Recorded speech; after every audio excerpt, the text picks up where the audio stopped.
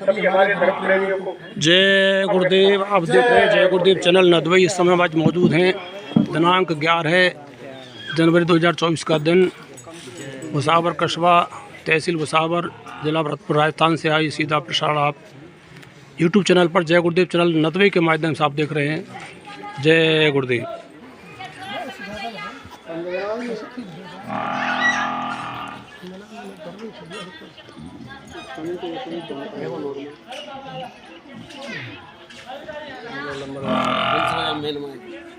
लाल भर यही है। जय गुरुदेव, जय गुरुदेव, जय गुरुदेव। सही है, सही बात। जय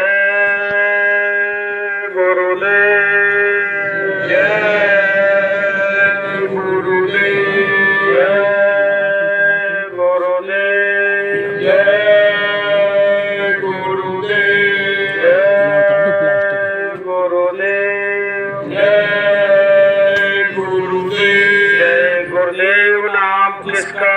प्रभु का। जय गुरुदेव नाम किसका? प्रभु का। प्रभु का पावन नाम। जय गुरुदेव। प्रेम से बोलो जय गुरुदेव। अखंड मंडलाकारं व्याप्तं येन चराचरं तत्पदं दर्शितं येन तस्मै श्री गुरुवे नमः। एकं नित्यं विमलमचलं सर्वदा साक्षीभूतं भावातीतं त्रिगुणरहितं तस्मै श्री गुरुवे नमः। अज्ञानतिमिरान्धस्य ज्ञानाञ्जनशलाकया चक्षुर्मीलितं येन तस्मै श्री गुरुवे नमः।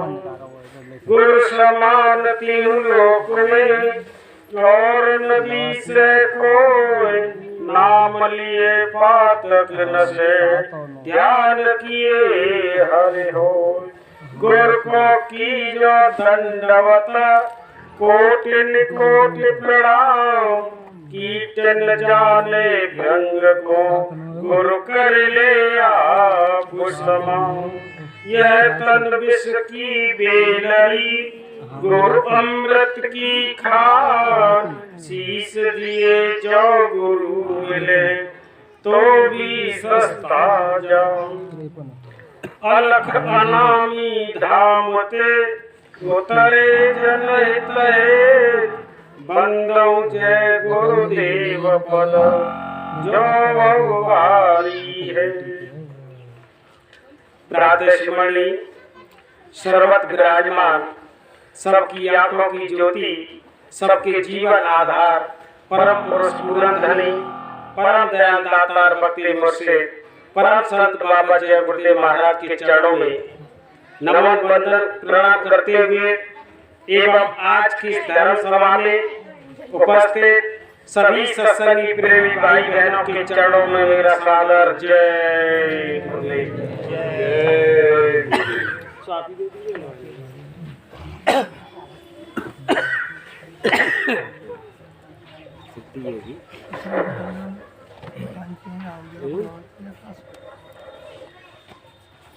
प्रेमियों, परम स्वामी जी महाराज जिस दिन हमारी आंखों से 2012 में ओझल हुए, तब से मालिक का एक चरम आंखों से दर्शन दीदार दुर्लभ हो गया। लेकिन हजूर ने एक सत्संग में कहा था, देखा था यूट्यूब चैनल पर, तो गुरु महाराज ने कहा कि बच्चा, जो संगत है वो मेरा ही रूप है। मैं मिलूं न मिलूं, यह संगत मिल जाए तो समझ लीजिए कि बाबा जी का दर्शन हो गया। तो हमारे और आपके परम सौभाग्य कि गुरु महाराज की दया कृपा से आज का ये अवसर हम और आपको मिला है। ये बड़ी परम सौभाग्य की बात है, क्योंकि हजूर भी कहते थे जब मंच पर आसीन मथुराश्रम पर कहीं भी कार्यक्रम होता तो कहते ए बच्चा तुम बड़े सौभाग्यशाली हो। ये गुरु महाराज कहते, भाग्यशाली नहीं कहते। अब धर्म पुस्तकों की तरफ देखें तो उनमें भी लिखा है कि जीव के 7 जन्म के पुण्य इकट्ठा हो जाए, जब वो हिलोर मारते हैं तब भी वो जीव महात्मा का सत्संग और महात्मा का दर्शन प्राप्त नहीं कर सकता है, 7 जन्म के पुण्यों के प्रताप से। और जब 14 जन्मों के पुण्य इकट्ठा होते हैं, जब हिलोर मारते हैं, तब हृदय के अंदर से लालसा उत्पन्न होती है, चलो किसी महात्मा का सत्संग सुनिए। अब कितनों से कहा, मुसावर में प्रचार चल रहा है कि बाबा जय गुरुदेव जी महाराज का संदेश हो रहा है, कितने आए कि सबके भाग्य में नहीं है कि हर आदमी सत्संग सुन ले। स्वामी महाराज ने कहा कि सत्संग में तो वही जीव आता है जिसको मैं पतंग की तरह झटके से खींच लेता हूँ।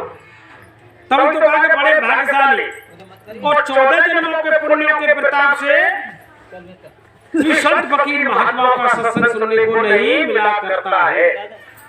21 जन्म के जब पुण्य इकट्ठा होते हैं, हिलोर मारते हैं, तब जाकर के महात्मा का सत्संग कहने और सुनने को मिला करता है। हजारों जन्मों के जब पुण्य इकट्ठा होते हैं, तब जाकर के जीव को वो अमोलक दौलत नाम दान मिलता है। तब गुरु महाराज कहते कि बच्चा तुम बड़े सौभाग्यशाली हो।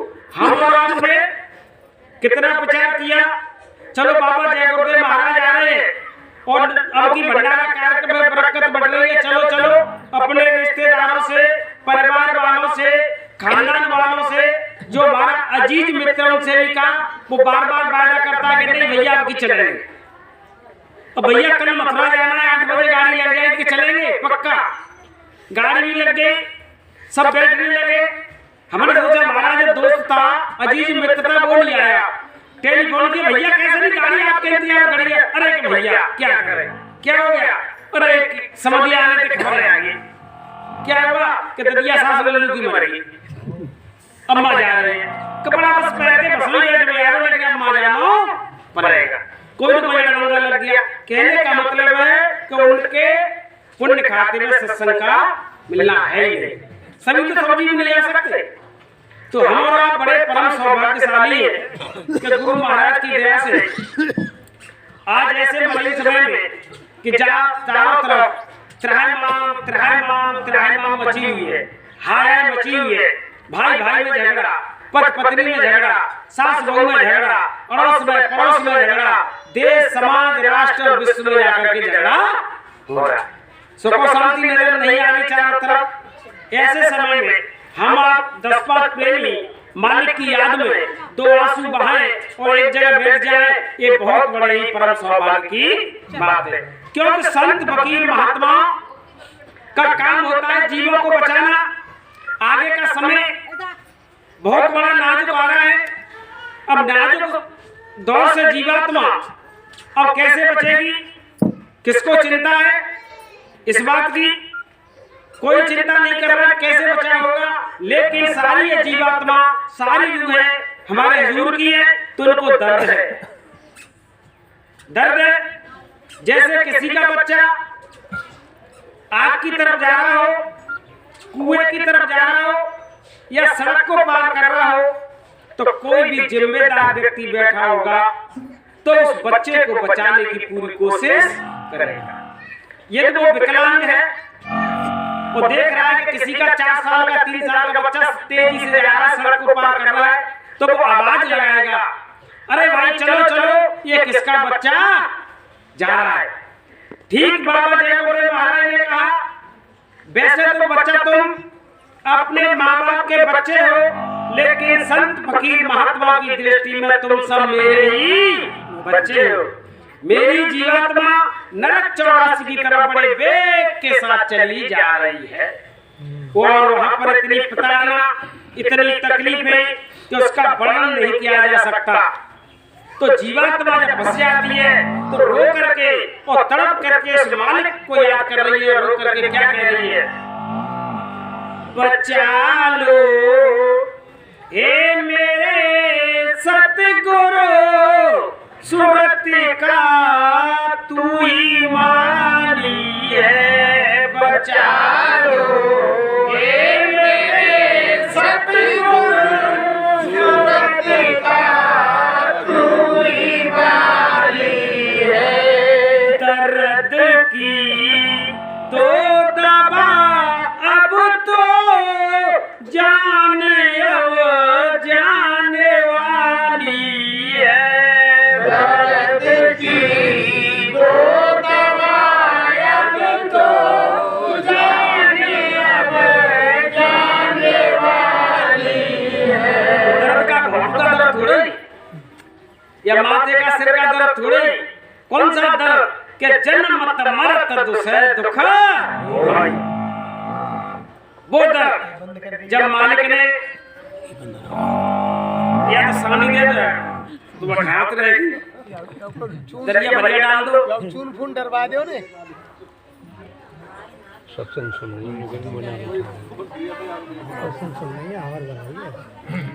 तो वो दर्द। अरे भगवान सिंह बाजार में लिया नहीं सब उठाएगा। तो मालिक ने देखा कि जीवात्मा को बड़ी प्रताड़ना दी जा रही है। जब हमारी चीख और पुकार को मालिक ने अपने दिव्य कान से सुना, अभी अभी परमात्मा मानसी भैया ने प्रार्थना गाई थी कि सुनकर करुण पुकार सतगुरु आ जाना, गाइस करुण पुकार, ऐसे करुण पुकार जीवात्मा ने सुनी तो मालिक ने कहा कि मेरे प्यारे जीवात्माओ, अब तुम घबराओ मत, अब की बात मैं दया करके तुमको मनुष्य शरीर में भेज रहा हूँ और मैं खुद भी मनुष्य शरीर में मौजूद रहूंगा। समय समय पर सेवा, सत्संग, सुमिरन, ध्यान, भजन करा करके तेरे जीवात्मा को पार कर दूंगा।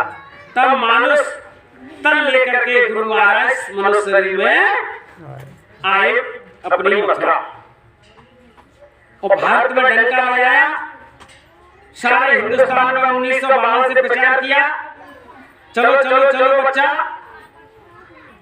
ये मनुष्य शरीर किराए का मकान है, बड़े भाग्य से मिला है और ये अब की बार मिलेगा और दोबारा मिलने की कोई गारंटी नहीं है। लेकिन हवाना उड़ा दी बात को। एक संत और महात्मा तो ऐसे ही कहते रहते हैं। बाबा जय गुरुदेव महाराज ने कहा, स्वामी जी ने, बच्चा अरे तुम गीता की बात को पकड़ लेते, तुम रामायण की बात को पकड़ लेते, तुम भागवत की बात को पकड़ लेते, ये सांसों की पूंजी जो मिली है धीरे धीरे धीरे धीरे करके खत्म होती जा रही है। हम बर्थडे बनाते हैं, हैप्पी बर्थडे टू यू, हमारा बच्चा 8 साल का हो गया, बाबा जी ने कहा कि 8 साल बच्चे की उम्र कम हो गई, आपने कहा कि मेरा बच्चा 15 साल का होगा, बर्थडे मना रहे हैं, 20 साल का होगा, 20 साल बच्चे की उम्र कम हो गई, तो धीरे धीरे करके उम्र कम होती जा रही है। फिक्स है सांसों की पूंजी। तो बाबा जय गुरुदेव महाराज कह रहे कि बच्चा भजन कर लो, नहीं बहुत फिर मार पड़ेगी, इतनी मार पड़ेगी कि उसका बड़ा नहीं किया जा सकता।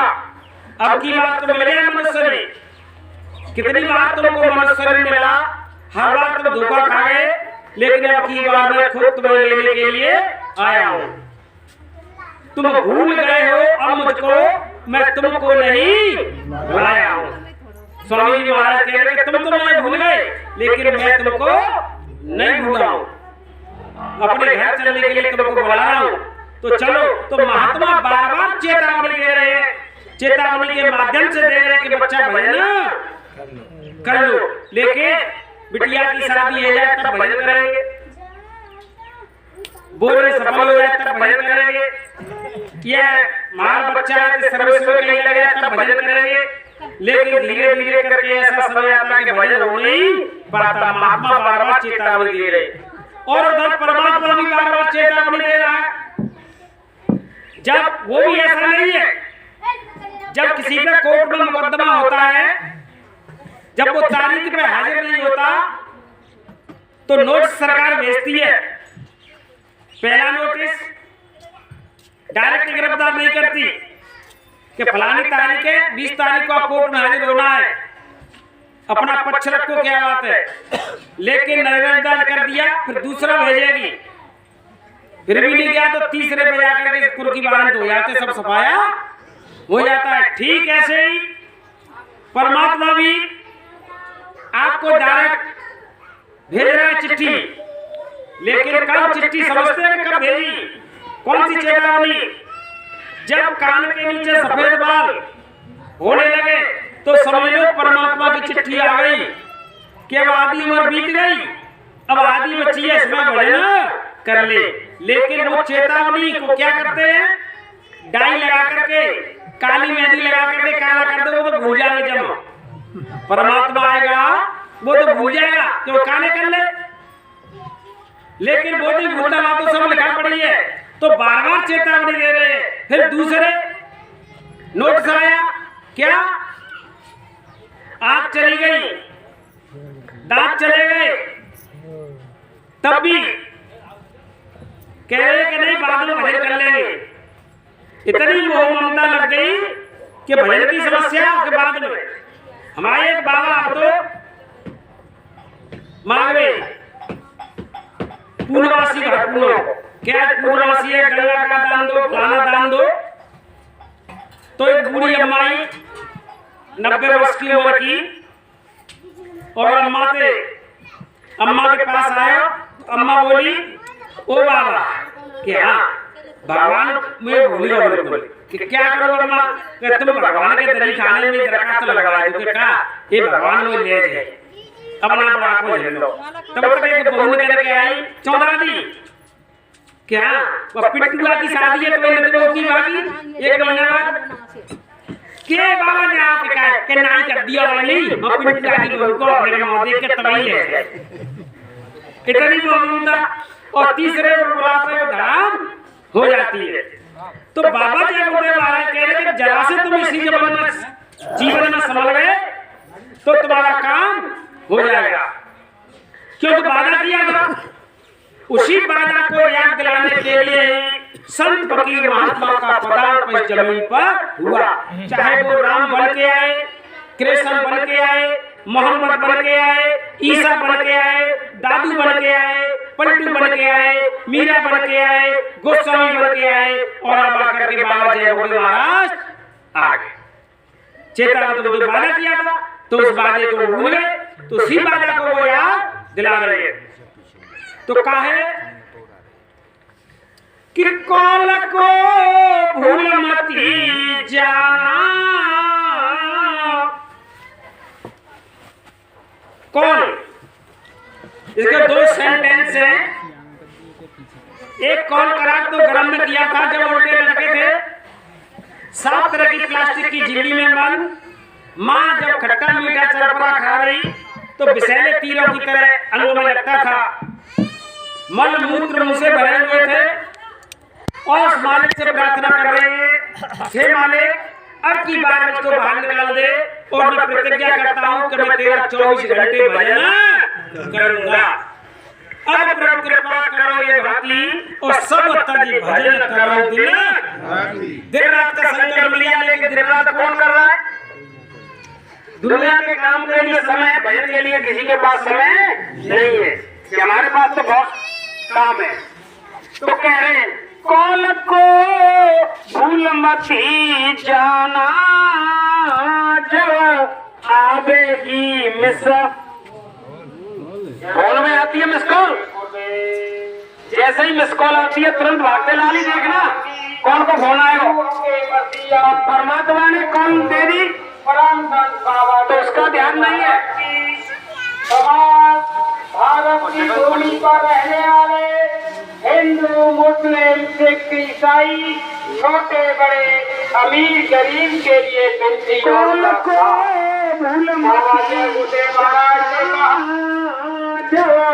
आवेगी मिस कॉल, अरे पांच तत्व का कौन बनाया? जल, पृथ्वी, अग्नि, वायु, आकाश, ये 5 तत्व का है फौन। और तत्वों की कमी इस फौन में आएगी तो फौन हो जाता है खराब। जैसे 5 तत्व है, और ऐसे शरीर के भी 5 हिस्सा हैं। सिर से गर्दन तक एक हिस्सा, और गर्दन से छाती तक, पसली तक दूसरा हिस्सा, और पसली से कमर तक तीसरा हिस्सा, और कमर से घुटने तक चौथा हिस्सा, और घुटने से पैर तक, तलवा तक 5वां हिस्सा। अब हम किस पर बैठे? पृथ्वी पर। और पृथ्वी से नीचे क्या है? जल। जब बोरिंग करते तो जल निकलता है, तो घुटने से नीचे तलवे तक जल तत्व की मात्रा एक हिस्सा ये हो गया। और जल तत्व गड़बड़ हो जाए तो फलेरिया की बीमारी हो जाती है, पैर मोटे मोटे हो जाते हैं। और पानी के अंदर फ्लोराइड की मात्रा बढ़ जाए तो अंग टेढ़े मेढ़े हो जाते हैं। हमारे एक गांव है, 3 गांव है, उसका फ्लोराइड की मात्रा ज्यादा है। उस गांव में शादी ब्याह क्यों करता, तो सारे नौजवान बच्चों के 5 टेढ़े हो गए, ऐसे गैप हो गया पीछे, तो सबके पैर टेढ़े हो गए। और सरकार कोशिश कर रही है कि पानी गंगा जल और गांव में भेजा जाए सप्लाई के लिए। तो पहला तत्व तो पानी तक। पानी तक तभी तो कहते हैं कि ज्यादा से ज्यादा पानी पियो। उसको पानी बहुत कम पीते, तभी डॉक्टर भी कहते हैं, पहले ऋषि मुनि भी कहते हैं कि भोजन कर लो और भोजन के 1 घंटे बाद पानी पियो, तभी तो कहते हैं। तो फ्लोराइड की समस्या हो जाती है तो पैर टेढ़े मेढ़े हो जाते हैं। और दूसरा ऊपर से चला, घुटने से लेकर के कमर तक ये होता है पृथ्वी तक। और पृथ्वी तक तो गड़बड़ा जाए तो क्या है कि 60 की बीमारी होती है, सुन्नपन हो जाता है, नसों की बीमारी चालू हो जाती है। 60 दे डॉक्टर साहब है, ये समझ रहे होंगे, कमर से नीचे यहाँ तक। तो ये सारी व्यवस्था कहाँ से चलती है? खान पान। अब आता है अग्नि तत्व। अग्नि कमर से लेकर पेट वगैरह, ये अग्नि तत्व इसमें हम भोजन करते हैं। अब क्या होता है कि ये गड़बड़ा जाए तो सारी व्यवस्था गड़बड़ जाती है। जैसे भोजन हमने किया और भोजन करने के तुरंत अग्नि जल गई बचाने के लिए। जब अग्नि जल गई और घटाकर 3-4 गिलास ऊपर से दावत खा के पानी और पी ले। जैसे ही अग्नि जली और पानी ऊपर से और डाले तो बुझेगी ना, जलेगी और तो बुझ जाएगी, तो पाचन शक्ति पर लोड बढ़ेगा। तो फिर क्या होगा कि ब्लड प्रेशर आई, डायबिटीज की बीमारी, तमाम 100 तरह की बीमारी पेट से। तो ऋषि मुनियों ने कहा कि इसको करो, कंट्रोल करके खाओ। तुम तो स्वामी महाराज कहते हैं उसमें कमो खाओ। इसको अग्नि तत्व आपका मजबूत रहेगा तो पूरा शरीर पुष्ट रहेगा। अब यहाँ से जाकर के कमर तक का ये हवा का फेफड़ा सी में तो अनुलोम विलोम करना कहते हैं, अनुलोम विलोम करते हैं, कपालभाति वगैरह। तो इससे फेफड़ा मजबूत होते हैं। फेफड़ा मजबूत होने से दिमाग को भी ऑक्सीजन जाएगी, सारी नसें मजबूत होंगी, खून शुद्ध होगा तो कोई बीमारी नहीं होगी। अब यहाँ से जाकर के इतना जो हिस्सा है ये आकाश तत्व का, शरीर के 5 हिस्सा है, एक आकाश तत्व है। अब आकाश तत्व का मेन मुखिया कौन है? आकाश तत्व गड़बड़ा जाए तो कहते हैं तो पागल हो गया। तो आकाश तत्व का मेन चीज है शब्द, जिसको साउंड और संत महात्मा जिसको कहते हैं नाम।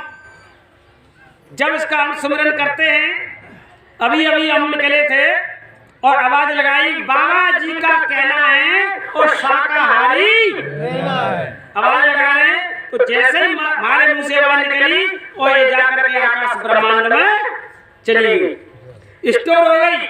और ब्रह्मांड में का रचयिता वो मालिक बैठा है, हमारे तुम्हारे पुकार को सुनेगा। तभी तो कहा मन से सुमिरन जब करते हो, मंत्र जाप मम दृढ़ विश्वासा और पंचम भजन सो वेद प्रकाशा। जो वेदों को प्रकाश करने वाला वो शब्द है, उस शब्द हमारा खाली नहीं जाता, वायुमंडल के अंदर घूमता रहता है।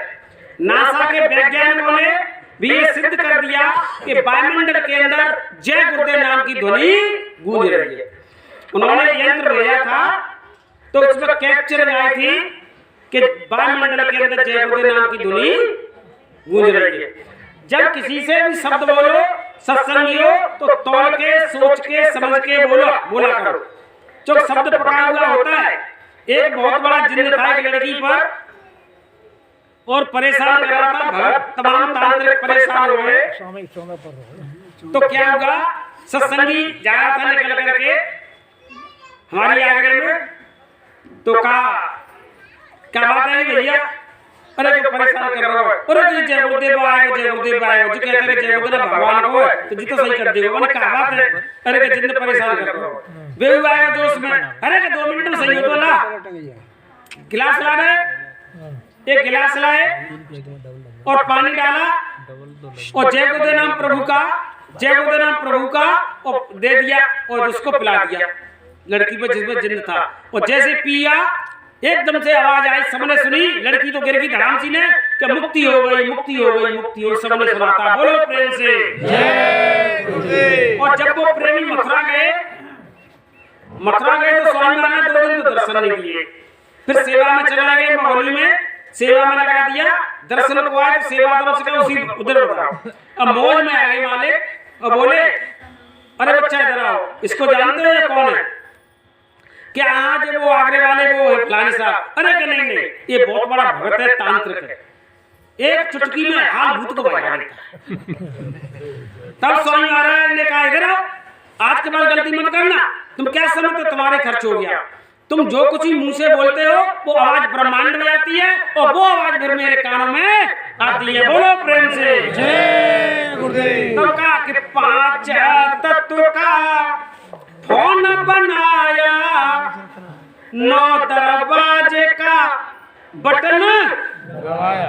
इसमें 9 दरवाजे का बटन है और इसमें भी 9 बटन है, 1 2 3 4 9 और तो 0 है। और इस फोन में भी 9 दरवाजे, सब 9 का ही खेल है कि 9 दरवाजे का बटन बनाया और 10वां द्वार स्विच ऑफ कराया, आगे नहीं जाना जब आवेगी मिस कॉल, कॉल को भूल मती जाना जब आवेगी मिस कॉल। 9 द्वारों में भटक गए कि 9 दरवाजे का बटन बनाया और 10वां द्वार स्विच ऑफ कराया, ये स्विच ऑफ करा दिया। अब यही था मालिक से मिलने का रास्ता, भगवान से मिलने का रास्ता, देवी और देवताओं से मिलने का रास्ता, ये स्विच ऑफ करा दिया। अब स्विच ऑफ कहाँ खुलेगा? बात यही तो है कि स्विच ऑफ तो हो गया, खुलेगा कैसे?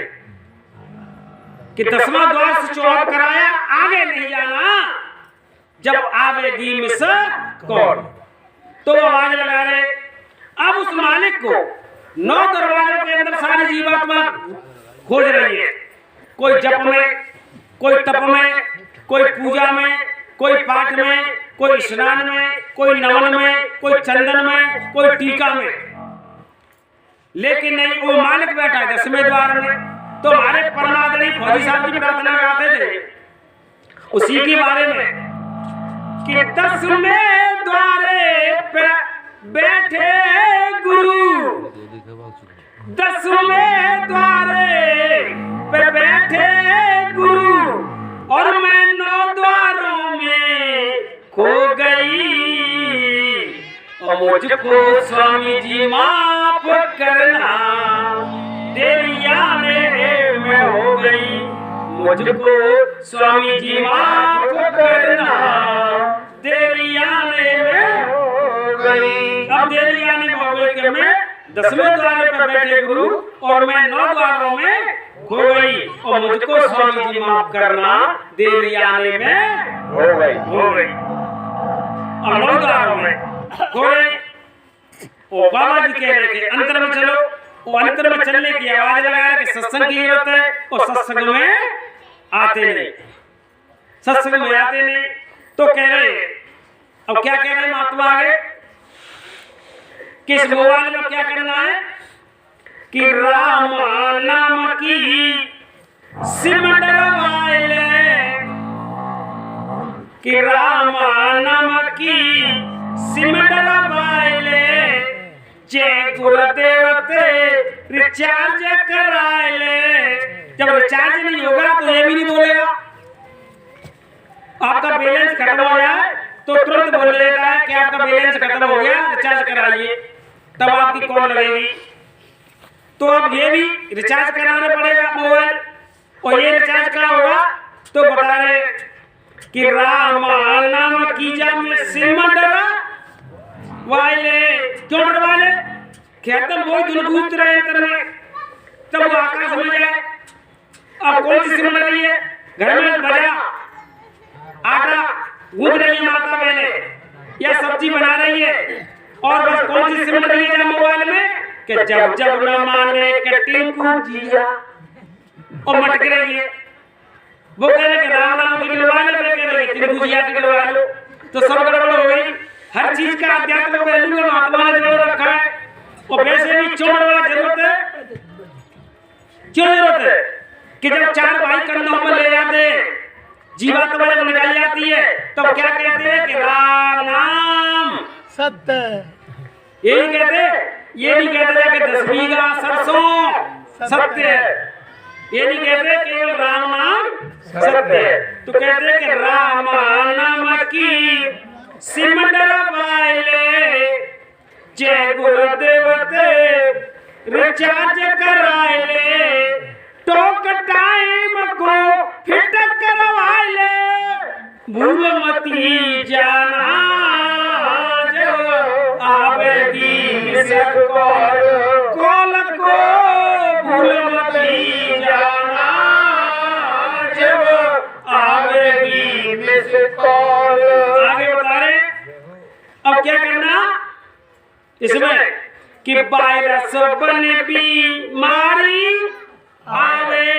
चाहे वायरस आया तो हैंग हो जाता है, कहते हैं ना बच्चा, अरे हैंग है वो, चौक लोड ज्यादा पड़े हो, इस पर हैंग हो गया, वायरस लग गया। तो इस मोबाइल में भी वायरस है। जब इसमें भी वायरस आया तो कोई नेटवर्क नहीं पड़ता ऊपर का, ना दिल्ली ना बम्बई ना कलकत्ता, कई बात नहीं हो सकती जगह ऐसे भी। और इसमें भी वायरस आ गया तो इसका भी एंटीना काम नहीं करेगा कि वायरस बने भी मारी आवे। अब वायरस कौन सा है? इसका तो वायरस सब पकड़ लेगा सॉफ्टवेयर इंजीनियर के पास में, लेकिन इसका इंजीनियर कहाँ मिलेगा? इसका मिलेगा मथुरा में, संत और महात्मा के पास में। इसका तब इसका वायरस निकलेगा। कौन सा वायरस है? कि मोह सकल व्याधि न कर मूला, इनते उपजत है बहु सूला। तो वायरस माने के लिए कि वायरस बने भी मारी आवे, कॉल करत में रुक रुक जावे, जय गुरुदेव तुम्हें समझावे, और पूरा नेटवर्क पाना जब आवेगी मिस कॉल, कॉल को भूल मती जाना जब आवेगी मिस कॉल। और नेटवर्क पूरा कहाँ मिलेगा? जिससे देवी से बात हो जाए, देवता से बात हो जाए, इससे बात दिल्ली बम्बई कलकत्ता चेन्नई हो जाएगी विश्व में, और इस मोबाइल से सारे ब्रह्मांड के देवी देवताओं से बात हो जाएगी। और ये भी इसका रिचार्ज कराने जाना पड़ेगा, नेटवर्क होने के लिए कहाँ जाना पड़ेगा? तो यही हमको जाना पड़ेगा संत और महात्मा के सत्संग में। भागवत होती है, उसमें भी बताया, गीता में बताया, रामायण में बताया, कुरान में बताया, बाइबल में बताया, सब में बताया, लेकिन नहीं समझ पा रहे। भागवत में भी कहा है, क्या कहा कि मद भक्त पूजा भी देखा, मेरी पूजा से बड़ी महात्मा की पूजा करो। भगवान कन्हैया ने कहा कि मेरी पूजा से बड़ी महात्मा की पूजा है, लेकिन नहीं समझे। वहां तो बस गए, बढ़िया संगीत बज गया, हारमोनियम ताला पे, और बस उन्होंने गाना गा दिया कि जी जी दिल लगो मुरलिया। और जिन्ना मुरलिया का जी जी गाना दिए, और जिन्ना चाहिए वो नाचिए, और एकदम डांस पार्टी बन गई, बड़ी लागत बढ़ गया भाई। अब सारा रास्ता छुपा था, तब आरती के अंदर कहा है कि भागवत चरणामृत पीजिए, आरती सब मिलकर कीजिए, ये पे चढ़े भक्त को रंग, मिले जब संतन को सत्संग। जब संतों का सत्संग मिल जाएगा तब भगवान की सच्ची आरती प्रेमियों हो जाएगी। इधर भगवान कन्हैया कह रहे उधर से जब उनका शरीर में बाण लगा, पहिया ने मारा, शरीर छोड़कर ले जाने लगे, तो रो रहे हैं, तड़प रहे हैं, प्रभु आप चले जा रहे हो, हमको भी साथ में ले चलिए।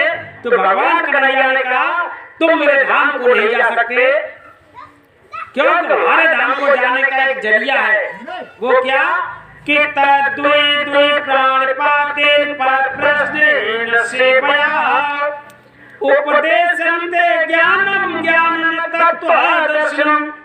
किसी तत्वदर्शी महात्मा के पास जाओ, आरजू करो, मेहनत करो, सेवा करो, और बिना भाव से पूछो, तो उस मरण का भेद जानने वाले ज्ञानी ने तुझे मेरा भेद बताए। हम डायरेक्ट जोड़ रहे कि डायरेक्ट हो जाएंगे।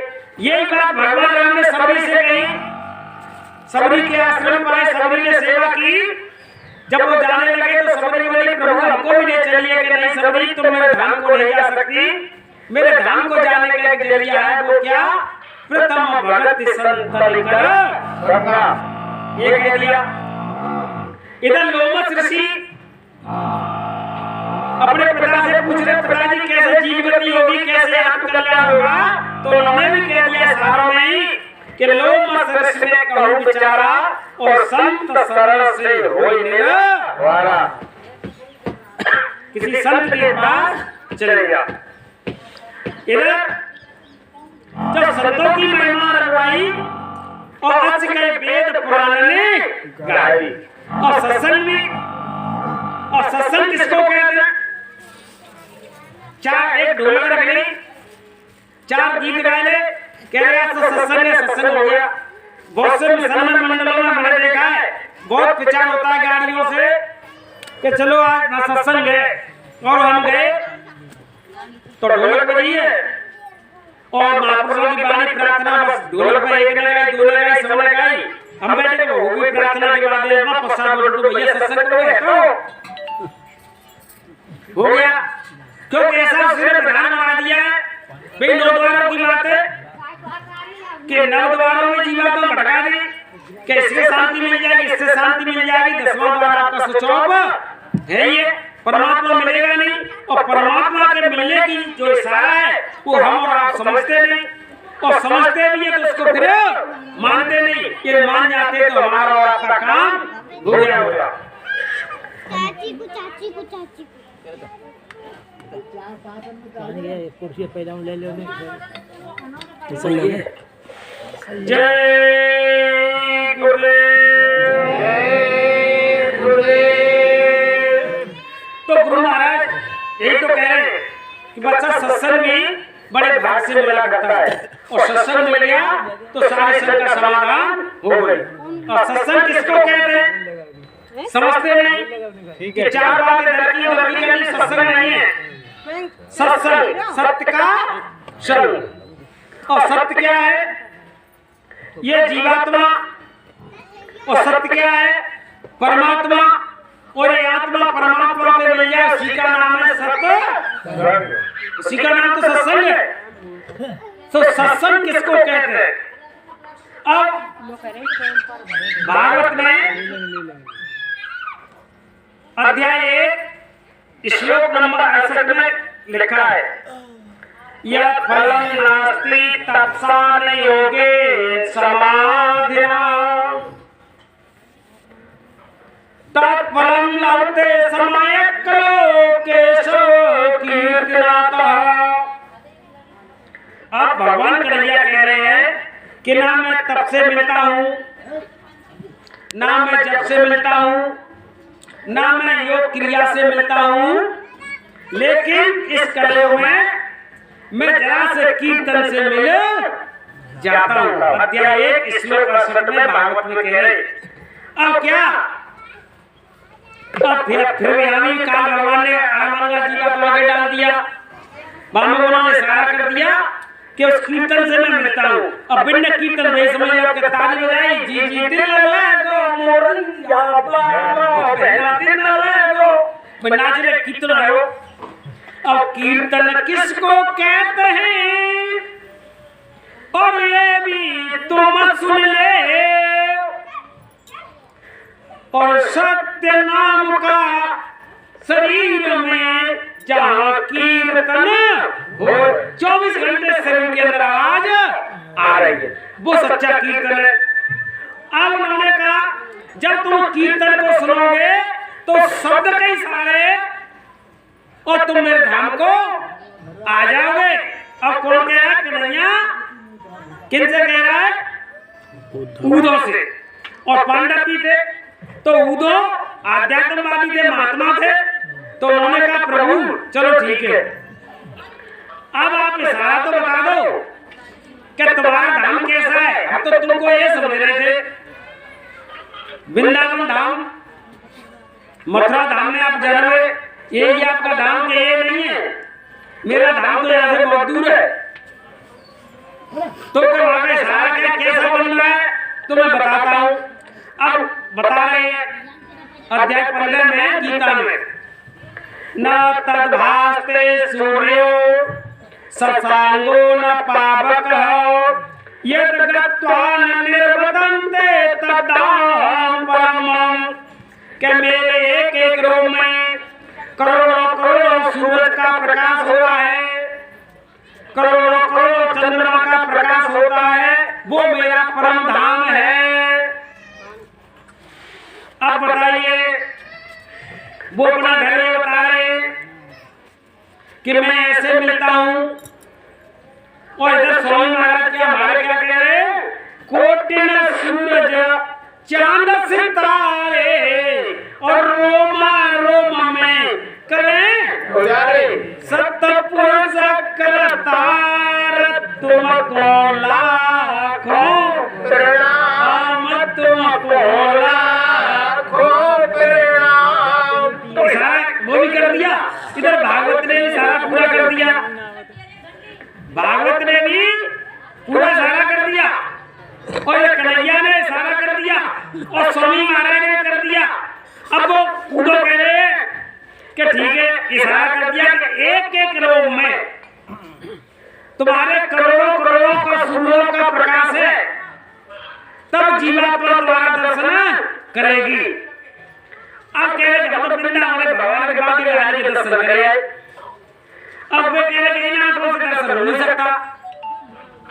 कन्हैया कह रहे हैं कि इन आंखों से चरम आंखों से मेरा दर्शन नहीं हो सकता, और हम आप कह रहे हैं गलत बात कह रहे हैं, दर्शन कर रहे हैं।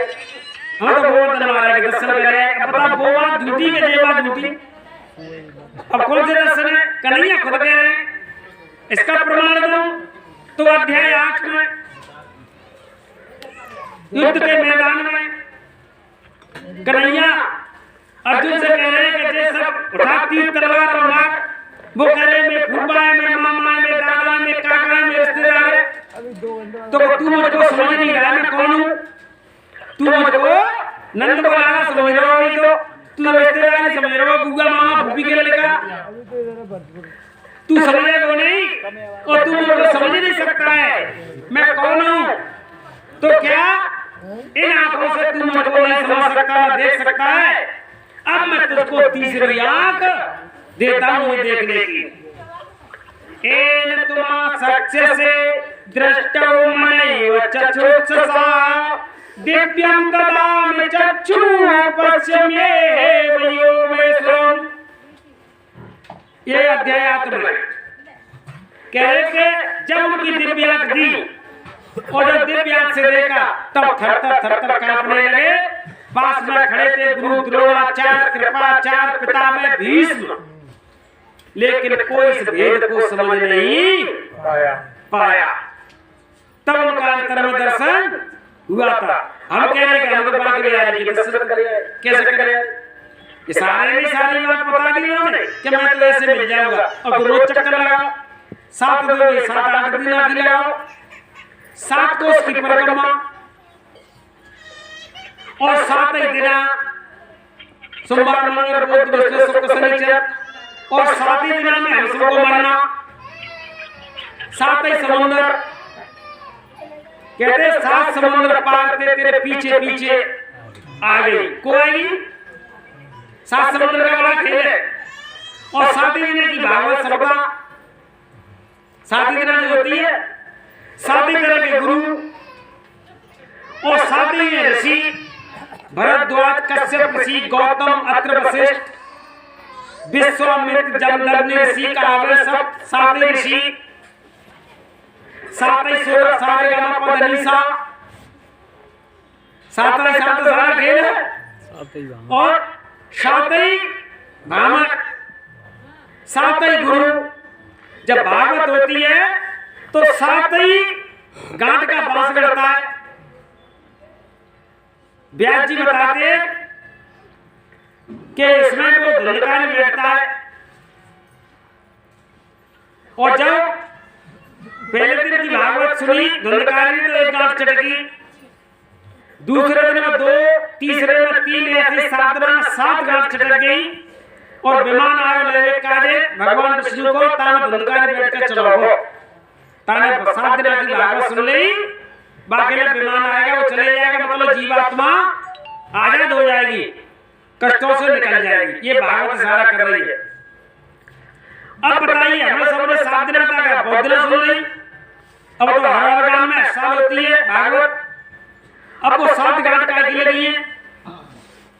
बात ये है ना 7 गांठ है, 7 गांठ सब में स्वामी महाराज ने कहा कि 7 गांठ सबके अंदर लगी हुई है और 7 गांठ आपकी खुल गई तो इस मनुष्य शरीर में आना जाना फिर अकेले हमेशा हमेशा के लिए खत्म हो जाए, जीवात्मा अपने धाम को चली जाएगी। बोलो प्रेम से जय गुरुदेव। अब ये 7 गांठ तो बताने वाला तो होना चाहिए, वो तो बताते नहीं, इसमें भारत में सारा खेल लिखा हुआ है कि 7 का खेल है, 7 गांठ हो जाएंगी।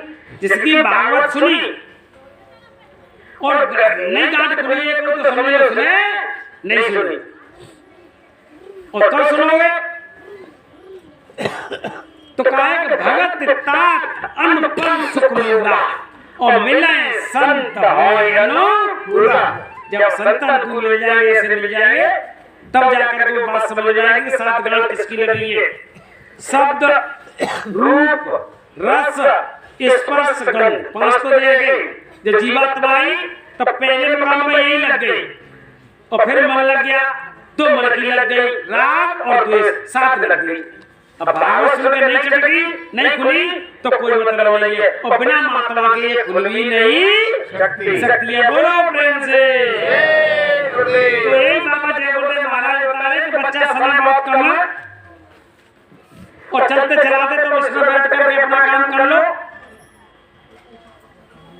और इन 9 द्वारों के अंदर जीवात्मा परमात्मा से नहीं मिलेगी, उन्हें राधे श्याम से मिलेंगे ना सीता राम से मिलेंगे, दोनों का दूरी है, बहुत दूरी है और वैसे पास में है, पास होती है ये भी दूर है। जैसे हम कहते हैं सीताराम राधे श्याम, अब राधे कहाँ श्याम कहाँ है, राधे और श्याम ऐसे, इधर राधे उधर श्याम, इधर राम और इधर सीता। अब बीच में क्या है, कर्म, दीवार लगी है कर्मों की।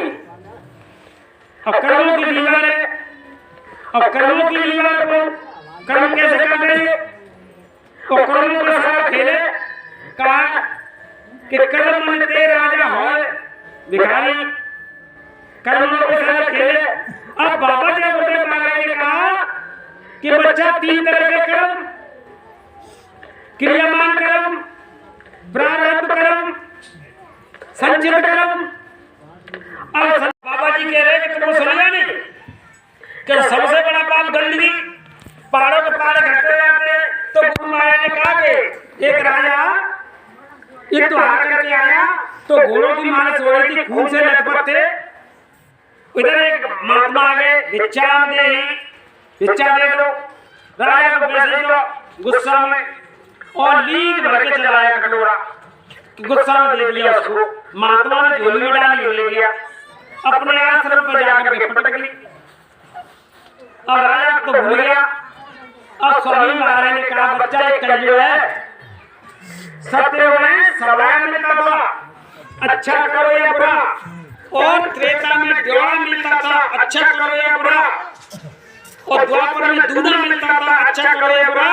ये कलयुग है, कलयुग में 10 गुना मिलता है, अच्छा करो या बुरा। बोलो प्रेम से जय गुरुदेव। अब पुण्य करो या पाप करो बढ़ता है। अब पुण्य किया था, पुण्य बढ़ने लगा। राजा एक दिन शिकार खेलने गया, देखता है कि पहाड़ लगा हुआ है। मंत्रियों से कहा, हे मंत्री, हम दूसरे राज्य की सीमा में रह गया, क्या नहीं हजूर, ये हमारी सीमा है। क्या हमारी सीमा में तो पहाड़ नहीं था, तो ये पहाड़ कहां से आ गया? अरे चलो वो महात्मा का आश्रम है, चलो उस महात्मा से पूछते हैं। महात्मा जी के पास गए, अरे महात्मा जी क्या ये पहाड़ किसका है? तो बोले महात्मा, अरे बच्चा ये कुछ नहीं, ये हमारे राजा का पुण्य बढ़ रहा है बच्चा, पुण्य। महात्मा तो समझ गए ये जो सब कुछ जाने अंतर्यामी और कृपा सिंधु मेरे सतगुरु, वो तो जानते ही सब कुछ जानने वाले। बोले अरे बच्चा ये हमारे राजा का पुण्य है। कैसे? अरे बच्चा, एक बार भिक्षा लेने गए हम राजमहल में, तो हमारे राजा ने हमको घोड़े की लीद दी थी दान में, एक कटोरा, हमने जाकर के यहाँ पटक दी। अब ये 10 गुना बढ़ती गई, 10 पर 10 पर चक्रवर्ती ब्याज की तरह ये बच्चा पहाड़ बन गया है, इसका पुण्य बढ़ रहा है। राजा ने कहा कि हजूर, और इस पहाड़ का हुआ क्या? अरे कुछ नहीं, ये तो उसे भोगनी है राजा को। कैसे भोगनी है कि उसको खानी पड़ेगी? 1 जन्म ले, 7 जन्म ले, 100 जन्म ले, 700 जन्म ले, लेकिन जब तक खाएगा नहीं तब तक वो जहाँ से जाएगा नहीं। एकदम से पैरों में गया, हजूर ये मैं कोई राजा हूँ। अब कहते हैं इनका नाम क्या है? दीनों के दयाल। दीना ना, महात्मा दया करने वाले होते हैं, हमारे कर्मों पर एकदम मैट करने वाले होते हैं, लेख पर मैट कर देते हैं। तो बोले महाराज को इंतजाम क्या हो जाएगा? क्या कि जो मैं कहूं वो तू काम कर लेगा कि कर लूंगा? कि अपने राज्य में अपने सैनिकों को दौड़ा दे, 10 साल से लेकर के 12 साल, 14 साल, 15 साल, 16 साल, 18 साल की कन्या मिले और सैनिकों के द्वारा उठवा ले। राजमहल में ला, लड़कियों के चरण दो, चरणामृत की, उनकी सेवा कर, पूजा कर और यथा योग्य वर देख करके कन्यादान कर, इनकी शादी कर। ये बात मैं जानूं और तू जाने, ये रानी को भी नहीं पता चले, तो ये लीड साफ हो जाएगी। तो हजूर मैं हुक्म का पालन करूंगा। क्योंकि महात्मा के बात में बहुत बड़ा राज हुआ करता है। अब गुरु महाराज ने कहा, बच्चा ये जाकर के तुम मेरा संदेश सुना दो, बाबा जी का कहना है शाकाहारी रहना है, तन मन करता कौन खराब, अंडा मछली मांस शराब, तुम्हारे कहने से कोई शाकाहारी नहीं होगा, तुम निकल जाओ, ये वैश्य बाद में मालूम पड़ेगा। हुक्म और आदेश का पालन करना है। राजा ने आदेश कर दिया, लड़कियां उठवाई, पूरे राज्य में चर्चा होने लगी, अरे इस राज्य में तो रहना ही बेकार है, राजा हमारा बड़ा बेचारी हो गया और सुंदर सुंदर कन्याओं को पकड़ ले जाता है और उनके साथ जाकर क्या काम करता है और बाद में कन्यादान कर देता है। पूरे राज्य में चर्चा, पूरे राज्य में चर्चा, रानी परेशान, राजा परेशान, सैनिक परेशान। तो रानी बोली, महाराज ये क्या हो रहा है पूरे राज्य में कि राजा बेचारी हो गया तो सुना नहीं जाता है। राजा के दिमाग में बात आ गई, बोले चलो देख ले कहीं ऐसा नहीं हो बुराई की बुराई हो जाए और लीड पहाड़ का पहाड़ वहीं रखा हो। तो चला गया, देखा तो पूरा पहाड़ खिसक गया, जितना एक कटोरा लीड दी थी वो रखी। बोले कि खत्म तो हो गया चलो।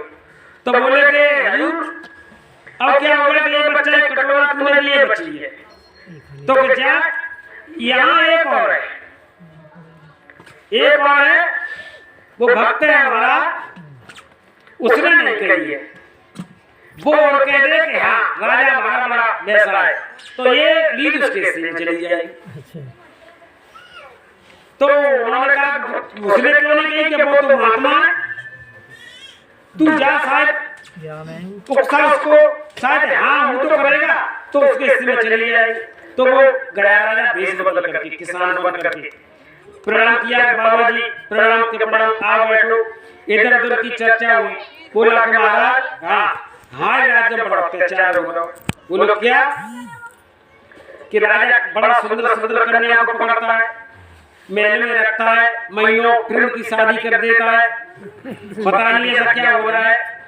तो वो महात्मा बोले कि देख राजा वो लीड तो ये खानी पड़ेगी, सामने आते जा कह दियो महात्मा तो ये खानी है। सोच चलाया कि गुरुजी क्या महात्मा ने तो ये कह दी, क्या कह दी कि वो सत्य नहीं बताए, मैं नहीं कहूंगा कि बुरा है कि भला भी तो ये खानी है, तो बच्चा तो खानी पड़ेगी। अब लीड कैसे खाए? तो महात्मा में कई तरह की दवाइयां हुआ करती है, एलम हुआ करता है। बोले क्या बच्चा ऐसा कर, इस लीड को ले जा कुमार के पास, और कुमार से कहना कि आवा लगाए, आवा जिसमें बर्तन पकाते हैं, एक बर्तन में से लीड को भर दे ढक्कन बंद करके, और जब आवा निकलेगा पक जाएगी तो इसकी भस्म बन जाएगी, और भस्म बना करके पुड़िया बना लेना ताजे पानी से, एक सुबह एक शाम, एक सुबह एक शाम धीरे धीरे खत्म हो जाएगी। कितने कर्मों का जो पार था वो पुड़िया में बना दिया।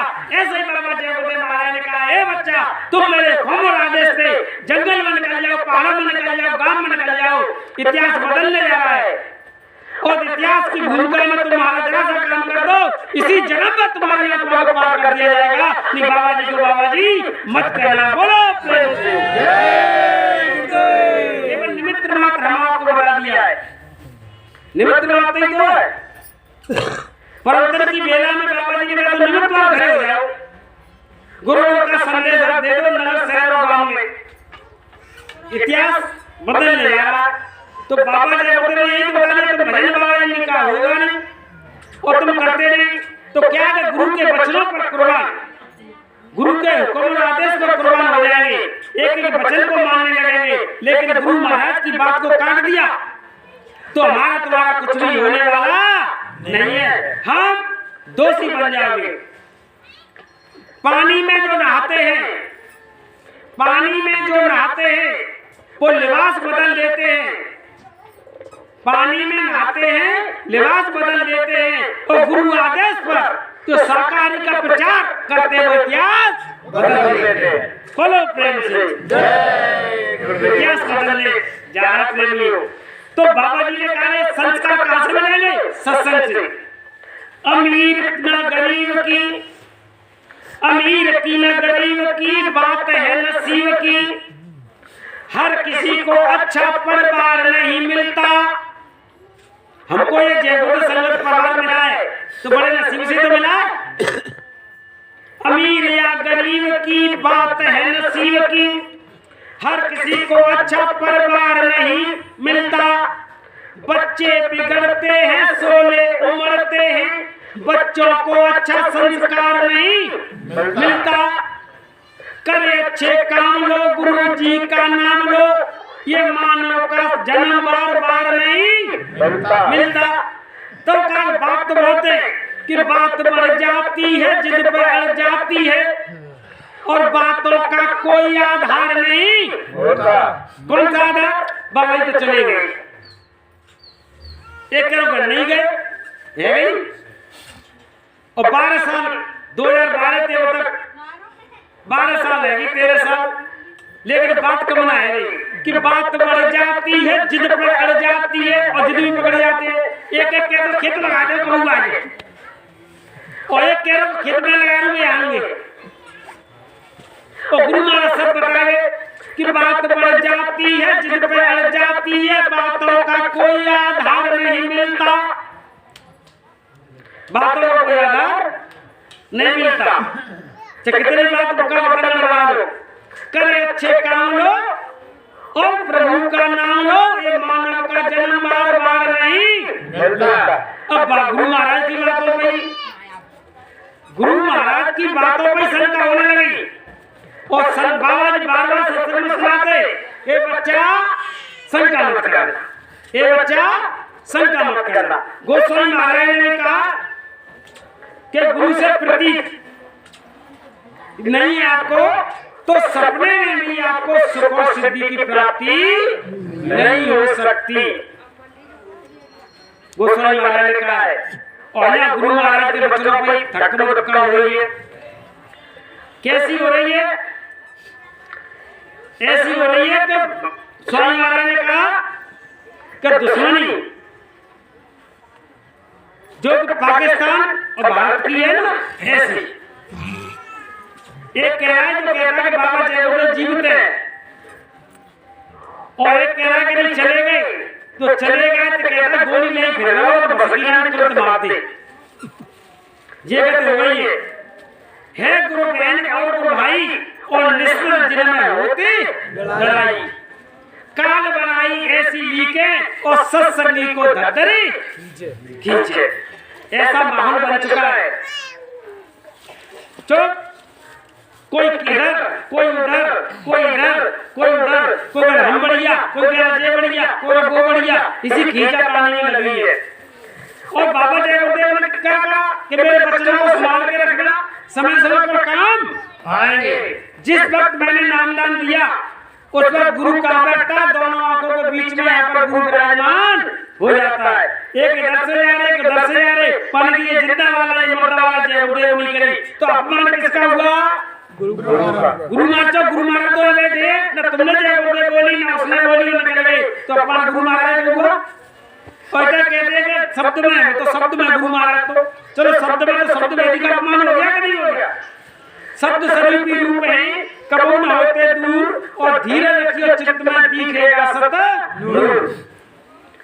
तो ऐसी कहानी हम और आपके बीच में देखने को सुनने को मिल रही है, तो पूरे हिंदुस्तान के अंदर हल्ला मचा हुआ है। और गुरु महाराज ने कहा हे बच्चा तुम मुझको देखना और मैं तुमको देखूंगा, हमारे तुम्हारे बीच में तीसरा कोई नहीं आ जाए, और तीसरा आ गया तो तुम जाने तुम्हारा। मेरे बच्चों को संभाल के रख लेना, जब जब आपकी बुद्धि काम न करे पुरानी पत्रिका को पढ़ते रहना, पुराने सत्संगी कामधारियों से मिलते रहना और तुम्हारी समस्या का समाधान निकल आएगा। तो कहा है कि संगत बनी दुश्मन अपना दाब चल रही है, एक दूसरे के टांग बिछाई। संगत बनी दुश्मन अपना दाब चल रही है, गुरु कृपा के सहारे हमारी नाव चल रही है। अब तक तो आए थे नहीं, जिंदा वाला जो कहते हैं बाबा जी तो आएंगे और चौथा ये गिरचाएंगे, और तब तो क्रांति का कर देते, लेकिन गुरु कृपा के सहारे ये सत्संग और चर्चा डाले से बोले नहीं, खेल खत्म हो गया था। बनते हैं गुरु भाई लेकिन प्रीति ना निभाई, बनते हैं गुरु भाई लेकिन प्रीति ना निभाई, महाराजों में फंस कर, महाराजों में फंस कर भाई बने कसाई। ये जिंदगी हमारी, ये जिंदगी हमारी अपने आप चल रही है, गुरु कृपा के सहारे हमारी नाव चल रही है। तो गुरु महाराज का हाथ तो है ये। अब गुरु महाराज ने कहा ए बच्चा पूरे जब तक ये सृष्टि कलयुग प्रारंभ हुआ तब से आज तक किसी ने आह्वान नहीं किया कि कलयुग में कलयुग जाएगा और कलयुग में सतयुग आएगा। पहले महापुरुष बाबा जय गुरुदेव महाराज ने आवाज लगाई कि इसी कलयुग के अंदर 1000 वर्ष के लिए सतयुग की स्थापना होगी। बाबा जी मत कहना। प्रेमियों, तो क्या कलयुग आ गया, चला गया? नहीं। सतयुग आ गया? नहीं। और बाबा जी चले गए? नहीं। तो बताइए, कह रहे बाबा जी चले गए, कलयुग गया नहीं, सतयुग आया नहीं। स्वामी महाराज ने कहा कि मैं परिवर्तन कर ले आया हूँ और परिवर्तन करके जाऊंगा। परिवर्तन हो गया? नहीं। बाबा जी के पहले चले गए? या बाबा जी झूठ बोलते? नहीं। बाबा जी सत्य बोलते तो सारे काम हुए नहीं। और बाबा जी ने कहा, ए बच्चा, अभी मैंने सत्संग नहीं सुनाया, तो जिस दिन मैं सत्संग सुनाऊंगा इसी मैदान में बैठ करके जिस मंडल की मैं बात करूंगा जीवात्मा उस मंडल में पहुंच जाएगी। क्या पहुंच गई? नहीं। सारी मैं इतना बड़ा जहाज लेकर के आया हूँ, सारे ब्रह्मांड की जीवात्मा इसमें लाद दो तब भी सीट खाली जाएगी। एक गई, सब बैठी हैं। और कह रहे बाबा जी पहले चले गए। तो गुरु महाराज के बच्चों का अविश्वास होने लगा। तो कह रहे